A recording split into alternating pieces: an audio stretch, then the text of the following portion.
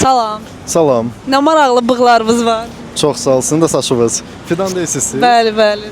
Tanıdım. Tanıdım internetdə. Aha. Sağ olun. Nəylə məşğulsunuz? Heykəltaraş rəssamam. Mən demək olar ki, tanınmışların büstlərinin işləyirəm. Bu ara deyim, burada yaxınlıqda qalıram. Masterskoyum da burdadır. Bəlkə büstünüzü işləyim sizə. Mənə okeydir. Okey, gedək onda. Gedək. Bu itin adı nədir? Jessi'dir. Salamlar. Cesi, salam.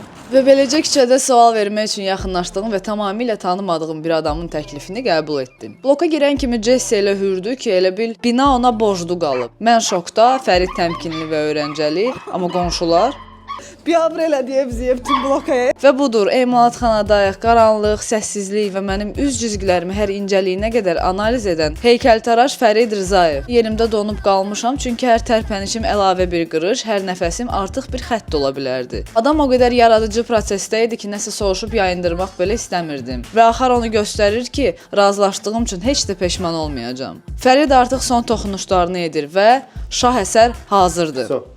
Bitirdik. Baxın.